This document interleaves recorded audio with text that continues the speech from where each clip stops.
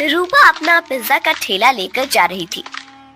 ले लो, गरम पिज्जा ले लो, वेज पिज्जा, चीज पिज्जा ले लो। बहुत दिनों से रूपा का पिज्जा का धंधा कुछ ठीक से नहीं चल रहा था। ग्राहक उसके ठेले के पास से गुजरते थे, लेकिन पिज्जा खरीदने के लिए नहीं रुकते थे। तभी वहाँ रूपा के पिता की उम्र का किशोरी लाल आया। किशोरी लाल सीटी बजाते हुए, अरे वाह, आज तो लगता है मेरी नसीब बहुत जोरों पर है। सुबह सुबह चिकनी चमेली के दर्शन हो गए। मेरा रास्ता छोड़िए। अरे रास्ता छोड़े मेरे दुश्मन। हम दोनों के तो रास्ते जल्दी ही एक होने वाले हैं, और तुम बोल रही हो कि रास्ता छोड़ दो। ये ठीक नहीं है डार्लिंग। अच्छा, तुम्हें डार्लिंग कहूंगा तो चलेगा ना? वो क्या है ना, मैंने सुना है कि आजकल की लड़कियां को डार्लिंग, जानू बच्चा, ऐसे सब सुनना अच्छा लगता है। तुम बताओ मैं तुम्हें क्या कहकर पुकारूं? कोई जरूरत नहीं है मुझे किसी भी नाम से पुकारने की, जाने दीजिए मुझे। रूपा रास्ता बदलकर जाने लगी। तभी किशोरी लाल ने रूपा का हाथ पकड़ लिया। छोड़ो मेरा हाथ, छोड़ो। अपनी बेटी की उम्र की लड़की का हाथ पकड़ने में शर्म नहीं आती तुम्हें किशोरी लाल? किशोरी लाल नहीं, सुनिए जी कहकर बुलाओ मुझे, और मुझे शर्माने की जरूरत नहीं है। शादी होने वाली है हमारी। तुम्हारे उस जुआरी बाप ने मुझसे कर्जा लिया था, कर्जा नहीं चुका पाया, इसलिए अपना घर उसने मेरे नाम पर दिया। ये तो मेरी रहमत समझो कि मैंने तुम लोगों को घर से बाहर नहीं निकाला। ये करके भी वो रुका नहीं, फिर से जुआ खेलने के लिए मुझसे पैसे लिए और कहा कि अगर पैसे नहीं चुका पाया तो मेरी बेटी से शादी कर लेना। अब एक तो तुम्हारे बाप को कहो कि मेरे पैसे लौटाए, नहीं तो तुम मुझसे शादी करने के लिए तैयार हो जाओ। हाँ।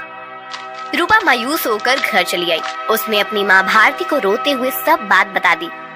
तभी रूपा के पिता, अरे सही तो कह रहे थे सेठ, तुम्हारे तो नसीब खुल गए हैं कि इतने अमीर आदमी से तुम्हारी शादी होगी। नहीं बापू, मैं इतने बड़े आदमी से शादी नहीं करूंगी, चाहे कुछ भी हो जाए। और माँ, आज के बाद मैं नहीं जाऊंगी पिज्जा का ठेला लेकर।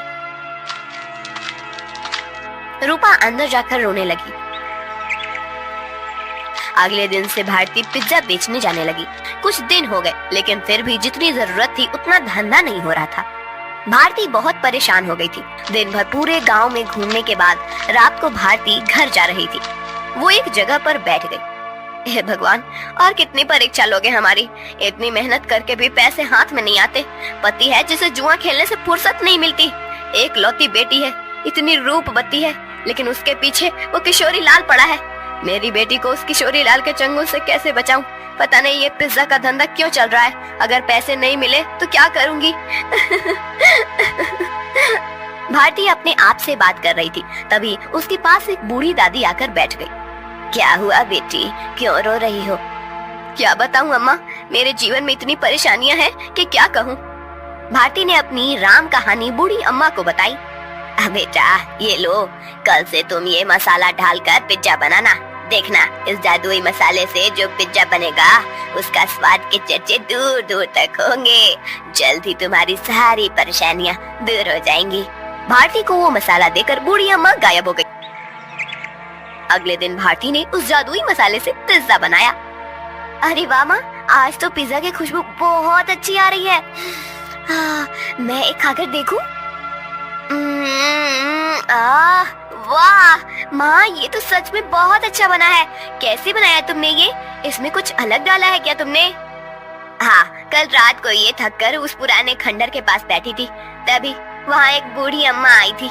मैं बहुत परेशान होकर रो रही थी। तभी उन्होंने मुझे मेरे रोने का कारण पूछा। जब मैंने उन्हें हमारे बारे में सब सच बताया, तब उन्होंने मुझे ये मसाला दिया और कहा कि इसमें पिज्जा में डालकर पिज्जा बनाऊंगी तो पिज्जा का स्वाद बढ़ जाएगा। वही मसाला में डाला है अभी इसमें। क्या? उस खंडर के पास? माँ, तुम्हें पता नहीं वहाँ क्या है? तुम इतनी डर क्यों रही हो? ऐसा क्या है वहाँ पर? अरे माँ, कहते हैं कि वहाँ पर एक बूढ़ी का भूत रहता है। तुम्हें जो बूढ़ी अम्मा मिली थी, कहीं वो वही भूत तो नहीं थी? ये क्या बोल रही हो तुम बेटा? कल मेरी मुलाकात एक भूत से हुई थी, लेकिन उसे देखकर ऐसा लग तो नहीं रहा था। लेकिन माँ, ये तो सोचो कि कोई सामान्य औरत तुम्हें जादुई मसाला कैसे देगी? हो ना हो वो जरूर कोई भूत ही होगी। अब वो कोई भी हो, क्या फर्क पड़ता है? अगर उसके इस मसाले की वजह से हमारे पिज्जा की बिक्री बढ़ गई तो अच्छी ही है ना। सोचो, हम उस किशोरी लाल के सारे पैसे चुका देंगे तो उसे तुम्हारा पीछा छोड़ना होगा। हाँ, ये बात तो है। सिर्फ एक बात याद रखना, किसी को कानो कान खबर ना हो कि हमें किसी भूतनी ने जादुई मसाला दिया था। भारती अपना ठेला लेकर निकल पड़ी। जादुई पिज्जा की महक पूरे गांव में फैल रही थी। अरे भारती, आज तो बहुत बढ़िया खुशबू आ रही है तुम्हारे ठेले से। जरा एक दो पिज्जा खिलाओ तो। भारती ने लालचंद को गर्मा गर्म पिज्जा सॉस के साथ दिया। लालचंद पिज्जा खाने लगा। अरे वाह, क्या स्वाद है, वाह वाह, मजा आ गया। भारती, क्या खूब पिज्जा बनाया है आज तुमने, सच में दिल खुश हो गया। वैसे तो मुझे ये पिज्जा कुछ खास पसंद नहीं है, ये तो सारे नए जमाने के चोचले हैं, लेकिन उसकी सुगंध इतनी अच्छी आ रही थी कि मेरा जी मचल गया। ओह, ये लो पैसे, और एक काम करो, 4 पिज्जा पैक करके देना, घर पर ले जाता हूँ, बच्चों को बहुत पसंद आया। लालचंद की आवाज सुनकर कुछ और लोग वहाँ आ गए और पिज्जा खरीदने लगे। भारती बहुत ज्यादा खुश हो गई क्योंकि आज उसकी बोनी ही एकदम बढ़िया हो गई थी। कुछ देर के बाद भारती गांव से होकर कॉलेज पर चली गई। कॉलेज के बहुत सारे बच्चों ने पिज्जा खरीदा। दोपहर तक सारे पिज्जा खत्म हो गए। भारती घर आ गई। माँ, इतनी जल्दी आ गई आज?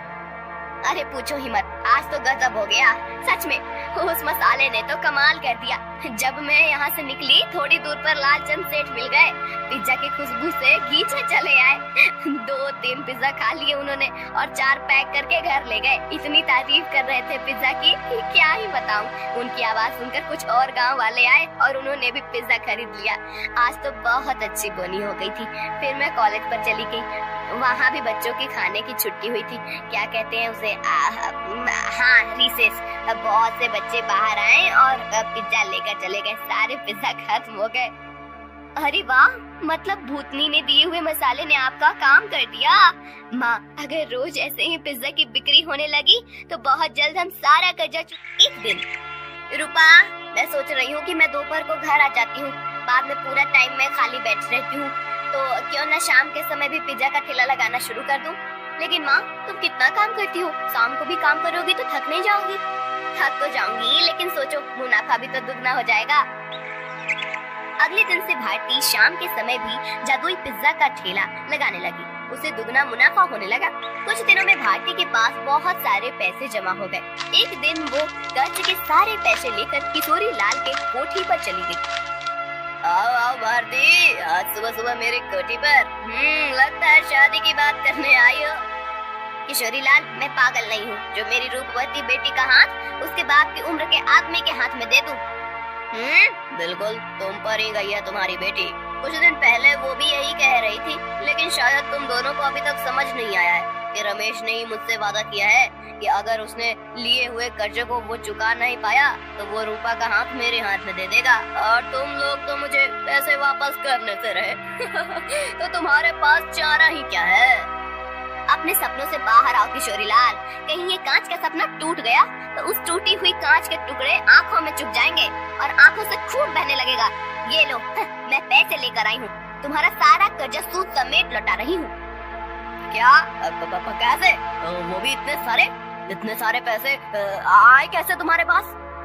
ये ले तेरे पैसे, और आगे से मेरे दरवाजे पर आने की जरूरत मत करना। और हाँ, मेरी बेटी को आंख उठाकर भी मत देखना आज के बाद। भारती किशोरी लाल के कोठी से चली गई। किशोरी लाल अपने कंप्यूटर के सामने बैठकर स्टॉक एक्सचेंज में ट्रेड करने लगा। कुछ दिनों के बाद भारती को कॉलेज के कैंटीन में पिज्जा बनाने का काम मिल गया। उसने अब पिज्जा का ढाबा शुरू कर दिया था। दोपहर में भारती कॉलेज के कैंटीन में काम करती थी और शाम को रूपा के साथ मिलकर कोठी पर। पापा, आप ऐसे सर पर हाथ रखकर क्यों बैठे हैं? क्या बताऊं बेटी, कुछ दिनों से शेयर्स लगातार गिर रहे हैं, मुझे बहुत बड़ा लॉस हो गया है। क्या? तो अब आप क्या करेंगे? आप अब क्या, जितना भी पैसा बचा है उसे भी लगा देता हूँ। अगर 2 दिनों में शेयर्स ऊपर चले गए तो डूबे हुए सारे पैसे वापस मिल जाएंगे। लेकिन अगर ऊपर नहीं गए तो? शुभ शुभ बोल कर मुही, एक तो मैं पहले ही इतने टेंशन में हूँ और तू ऐसी बातें कर रही है। जा अब यहाँ से। 3 दिन बीत गए लेकिन शेयर मार्केट ऊपर नहीं आया। किशोरी लाल के बचे खुचे पैसे भी डूब गए। उसे अपनी कोठी भी बेचनी पड़ी। अब किशोरी लाल रास्ते पर आ गया था। किशोरी लाल को लॉस से इतना धक्का लगा कि उसकी हालत बहुत खराब हो गई और उसने बिस्तर पकड़ लिया। घर की जिम्मेदारी अब शीतल पर आ गई। गांव में ही एक छोटे से टूटे फूटे घर में दोनों रहने लगे। 3 महीने के बाद, पापा ये लीजिए, दवाई पी लीजिए। बेटा, दवाई के लिए पैसे कहाँ से आए तुम्हारे पास? पापा, मैं एक जगह करती हूँ, उससे जो पैसे आते हैं उसी में दवाई लेकर आई हूँ। और पापा, मैंने इस घर का किराया भी दे दिया है और खाने के लिए राशन भी भर दिया है। अब आप सो जाइए, मुझे काम पर जाना है। ये सब उस भारती की वजह से हुआ है। जिस दिन से वो आकर मुझे खरी खोटी सुना कर गई, उसकी बेटी भी हाथ से चली गई। मैं छोड़ूंगा नहीं उस भारती को। पापा, अब तो समझिए, इसमें भारती चाची की कोई गलती नहीं है। रूपा मेरी उम्र की है, उसके साथ शादी की बात करने के बारे में सोचते हुए आपको ही शर्म आनी चाहिए थी। कौन सी माँ चाहेगी कि उसकी बेटी की शादी ऐसे आदमी से हो? मुझे बहुत दया आ रही है उन पर। दया तो उन्होंने हम पर दिखाई है पापा। मैंने आज तक आपको बताया नहीं, लेकिन हमारा घर जो चल रहा है ना, वो उनकी वजह से है। मैं भारती चाची के ढाबे पर ही काम करती हूँ। क्या सच? हाँ पापा, आपने उनके साथ इतना बुरा किया, उनका घर ले लिया, फिर भी उन्होंने हमारे बुरे वक्त में हमें सहारा दिया है। किशोरीलाल शीतल की बात सुनकर हक्का बक्का रह गया।